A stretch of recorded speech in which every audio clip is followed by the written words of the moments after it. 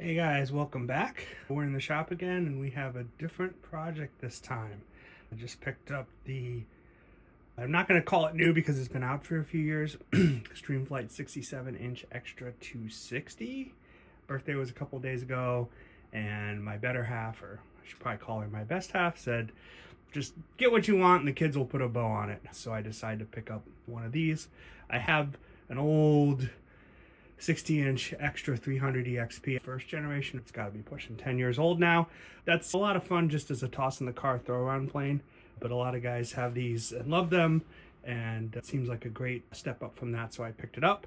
Using a mix of Extreme Flight's recommended equipment and things I like.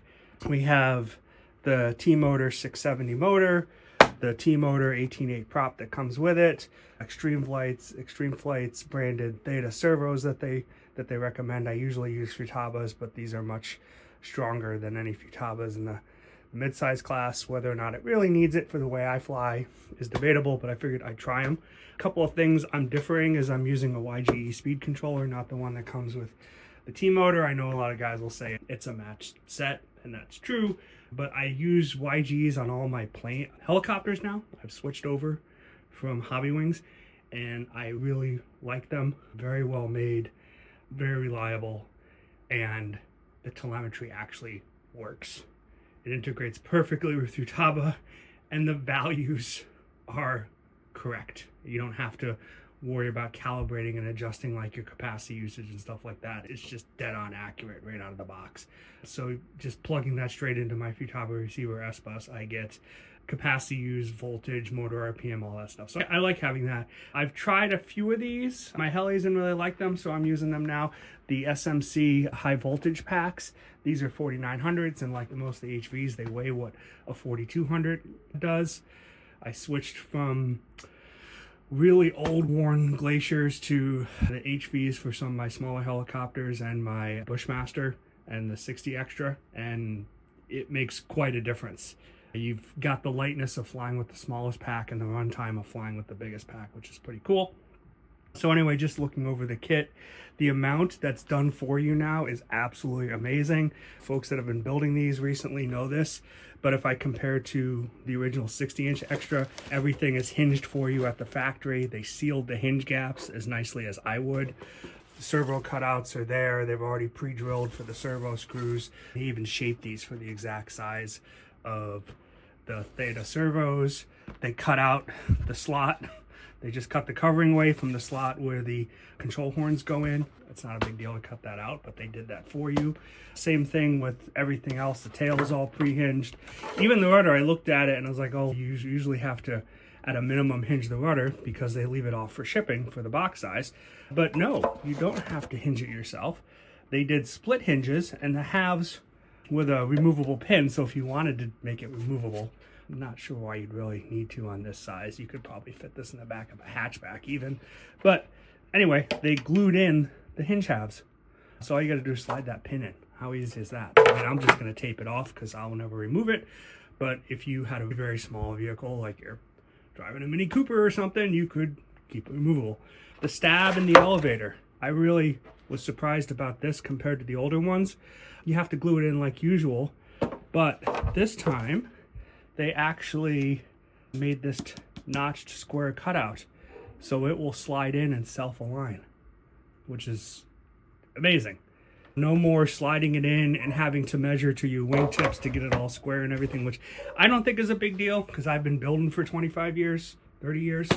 I lose track.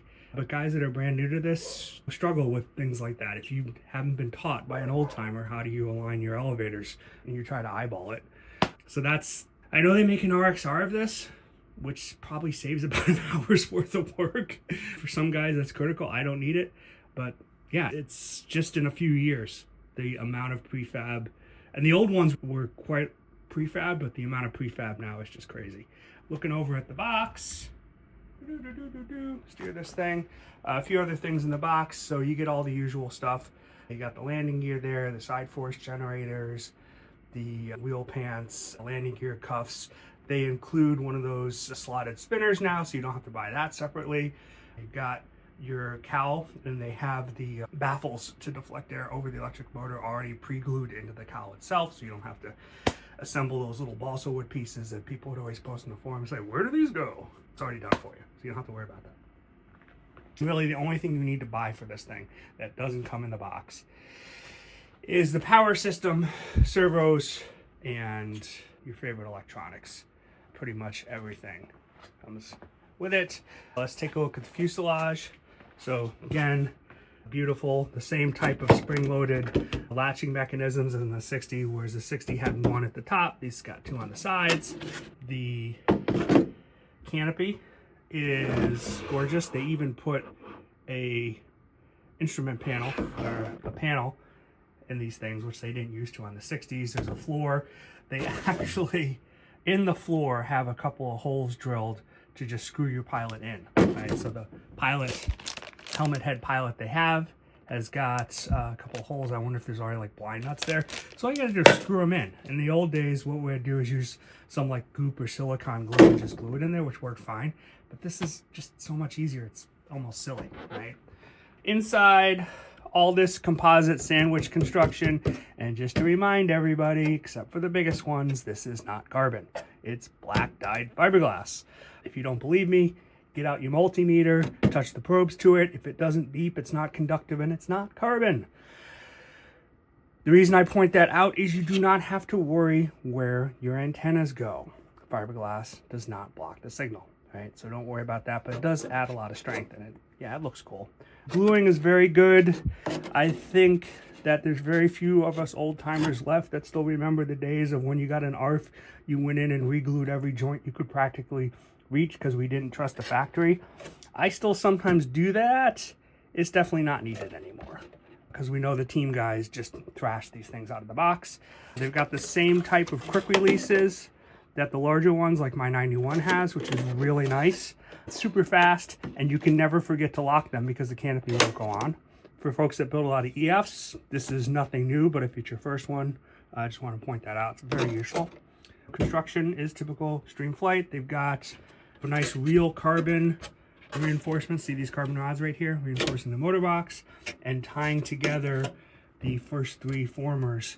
So the purpose of this is it ties the landing gear to these two and ties the whole front structure, wing tube, landing gear, motor box all together for strength. This thing is a beast.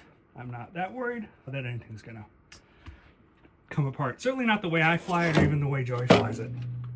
On the bottom, you can see they already even cut out the cooling louvers for the air exit that cools your battery and so forth. The amount of stuff they've done for you is just crazy. Literally, all I've got to do is glue in the control horns, glue in the stab, install the servos, wire everything up, and then just screw on a bunch of parts like the cowl and the landing gear, and it's ready to go. It would be this weekend if it weren't the fact that I'm wallpapering the den, because like I said, my better half let me get any plan I want. She's a sweetheart. I'm making her dream den, or our dream den. So that's the only reason this won't get done today. Oh, and it's snowing in April, so we're not flying. What else did I want to say? I think that covers almost all of it. I took this out of the box. My birthday was Thursday. I took this out of the box yesterday because being a middle-aged dad, I spent my birthday getting up for work at 5:45 and not getting home until 8 something at night after I picked up the kids from sports. But I started working on this. First thing I did is I painted the control horns. You don't have to. Some of the bigger ones come pre-painted. I like to paint them to match. So just check and see. The ailerons is on the silver, so painted those silver. The rudder, the stab is white, and the rudder is silver. And actually, I know this is overkill, but the little plate is like on where the silver and blue meet, so I painted that silver and blue. I know, it's silly. But that only took a few minutes. I just had a couple of cans of, I have lots of cans of Krylon in different colors from various projects, Krylon and Rust-Oleum. That stuff dries so fast. So a couple quick shots of that yesterday, and we're ready to go. The next thing is to scuff those up, epoxy them in, and then later start bolting things onto this. So I'll probably post another video, probably walkthrough after it's assembled, because there's not much to assemble, and then we'll try to get some flight videos. I'll have Joey bring it out and give you guys some thoughts. We still have the 60, so we might bring this and the 60 out and fly them back to back, just so we can talk about the differences. Maybe show you how the power is on those two. So that's it. Thanks for watching, and I'll see you later.